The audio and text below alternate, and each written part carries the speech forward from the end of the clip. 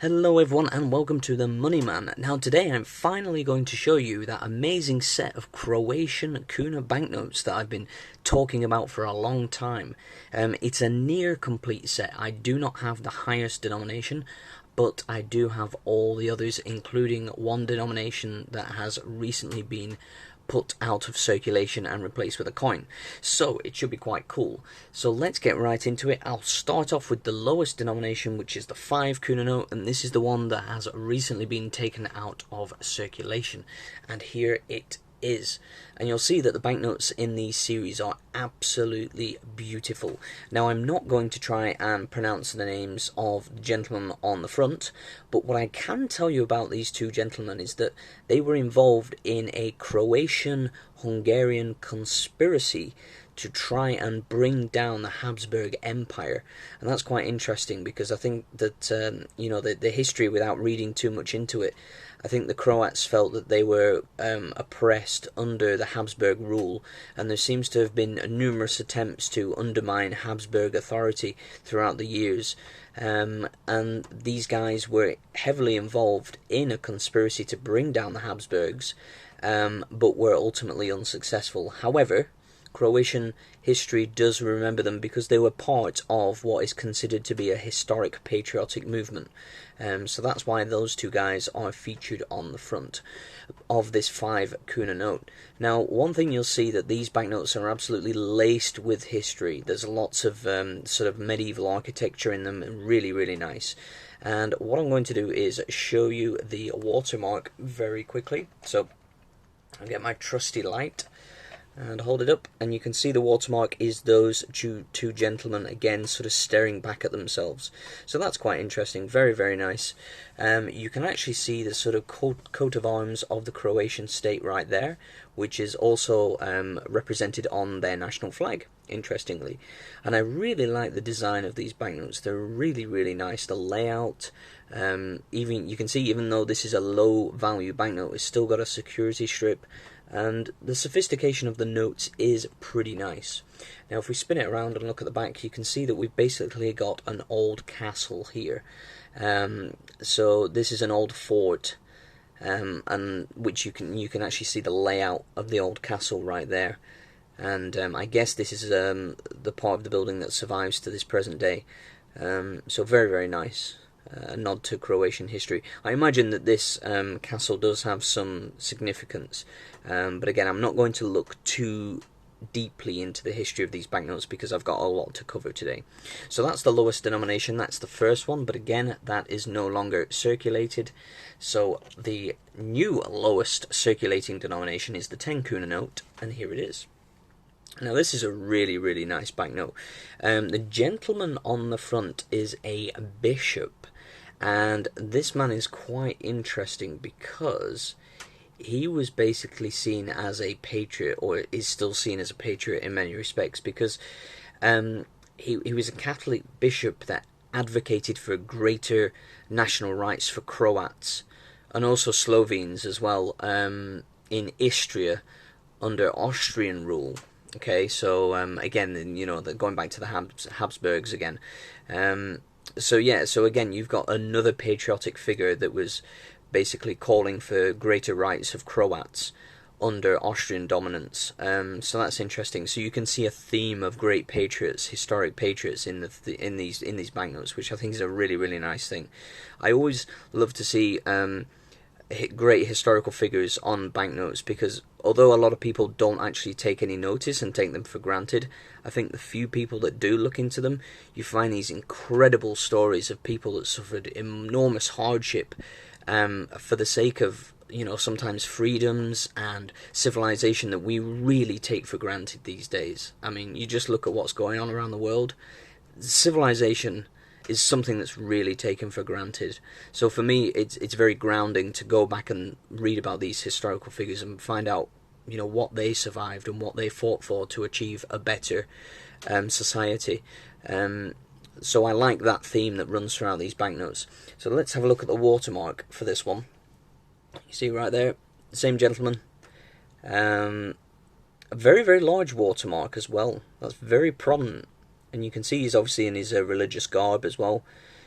So very, very nice. So let's spin it around and look at the back. Now, don't be mistaken, this is not the Colosseum of Rome. This is actually, it is some kind of sort of amphitheatre, but what period it's from I do not know. But it is interesting, it is fascinating. It says it's the Pula Arena on my notes, but I didn't really make any extensive notes on this, but I believe that it's an amphitheatre, which obviously is located in Croatia. It is of Roman design, of course, hence its similarity to the Colosseum, but obviously the Colosseum is, you know, much, much bigger in scale. This is a smaller, a scaled down version of it. And if I remember correctly, this is over 2,000 years old, or around 2,000 years old. I can't remember if it was built in 27 BC or 27 AD. I can't remember. If anybody knows, let me know. I just remember 27. So it is around 2,000 years old. So incredible structure, and obviously, you know, part of Croatia's national heritage. So very, very nice. Again, you know, you guys know I'm a sucker for anything that's got Roman architecture on, because the Romans really were pinnacle of civilization for a long time. Okay, so the next denomination we have is the 20 Kuna note, and this is a really nice note. I like the colour scheme very, very much. So really, really nice. You can see we've got a military man represented on the front of this banknote, and this is a Lieutenant Field Marshal in the Imperial Royal Army, and he was also a politician as well. Yeah, I mean, he's noted for his successful military campaigns. So that's why this gentleman is represented on the front, and I think he looks fantastic. I mean, look at that moustache. You won't mess with that, would you? And interestingly, the colour scheme of this banknote is heavily influenced by, you know, popular paintings of him in his military uniform. His military uniform is basically comprised of red and white. So I think that's heavily influenced the colour scheme of the banknote. So there's a good synergy there, which I really, really like. So let's have a look at the watermark. I imagine it's the same gentleman. Yes, it is. So there we go. You can see, sort of staring back at himself. And you can see he's got some kind of military order right here. So yeah, really nice banknotes. If we spin it around and look at the back, now the back is interesting because there's a large manor which you can still find today in Croatia, which I believe was built sometime in the 18th century. And I think it's now a museum. So yeah, very, very beautiful structure, surrounded by wonderful, beautifully kept gardens. Very, very nice. I'm not sure what this is here. It's some kind of dove, if I'm correct. I mean, it does say, I think it does say that it's a dove, but I'm not sure. I'm not sure what it represents, though.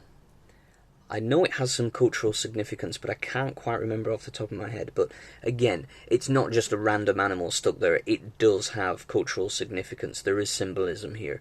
So very, very interesting. So yeah, there we go. So that's the 20. So let's steam ahead and look at the next one. The next denomination is the 50 Kuna note. And again, this is a very, very beautiful banknote. The colour scheme is very, very nice. So here we go. Now, I love the fact that we've got this thicker security strip with this reflective quality to it. So you can see that the sophistication of the security features is steadily increasing.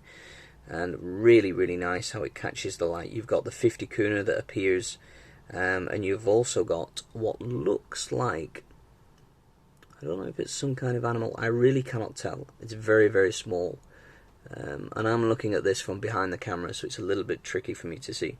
But you can see we've also got the regular security strip just left of centre. So a lot going on in this note already. Now, the gentleman that appears on the front is a prominent poet, and his work basically focused on characteristics of the Roman Catholic Counter-Reformation. So he was sort of like a religious purist. So interesting gentleman right here. So again, we've got a nod to Croatia's Catholic heritage, Christian Catholic heritage. So that's interesting. So yeah, if we spin it around and look at the back, oh, we should look at the watermark. I forgot to do that. So you can see right here, of course, it's the same gentleman staring back at himself. Yeah, it seems to be wearing some kind of wig. I would assume that that's a wig. But yeah, anyway. So, if we spin it around and look at the back, now we've got more architecture. Now this is really interesting because this is the old city of Dubrovnik, and something called the Rector's Palace, which is right down here. So again, another nod to a great sort of city sited on the Mediterranean. Dubrovnik has been one of the most, influential cities for Mediterranean trade for a long, long time, I believe. So yeah, so it's probably fitting that it's featured on this note. Really, really nice. I love how they've captured the sort of, the fort wall, the sea wall that goes all the way around, and the harbour. Yeah, really, really cool. So yeah, and a very, very popular tourist destination. I had a couple of friends that went to Dubrovnik a couple of years ago, and they said it was one of the most beautiful cities they've ever seen. So I would love to go there myself. And yeah, so interesting, really interesting. I have a feeling that scenes in Game of Thrones were filmed in Dubrovnik. I could be wrong. Do let me know if I'm wrong there, but I have a feeling that some of the scenes for King's Landing and stuff like that were filmed in Dubrovnik. But anyway, so let's have a look at the next one. And the next one is the 100 Kuna note, and here it is. Beautiful, beautiful banknote. I love this, where you've got this like script in the middle here. Now, no idea what's going on, but very, very interesting. Now, this gentleman was a Croatian poet and linguist, and he was also a lawyer and a politician. And he's considered to be one of the most important figures in Croatia's political and cultural life in the mid-19th century. So he is an important figure. Obviously created many literary works that are still revered in Croatian culture today. So yeah, so really, really interesting. Again, I could go into much more detail, but I don't really have the time at the moment. But definitely look into these guys. You can find their names just here. Each portrait has the name underneath. So if you want to do some extra reading, I would highly recommend it. Beautiful security strip here, which catches the light. Very, very nice. Very visually appealing banknote. Let's have a look at that. Yep, you can see the watermark. Same gentleman staring back at himself. Very nice. So let's spin it around and look at the reverse. Actually, just to say that this tablet here, I can actually tell you what it is. It's actually one of the first monuments containing an inscription in the Croatian recension of the Church Slavonic language. Okay, so that's interesting. So what you actually have here is basically an old Croatian Christian tablet, which is really quite interesting. It's a very, very beautiful tablet, but I'm not too sure what it's supposed to represent. But it is pretty old. It's supposed to be over 900 years old. So interesting piece of work. But yeah, so there we go. So if we spin it around and look at the back, again, more architecture represented. Now we've got St. Vitus Cathedral represented on the back here. So again, more nods to Croatia's Christian heritage, which I think is very, very nice.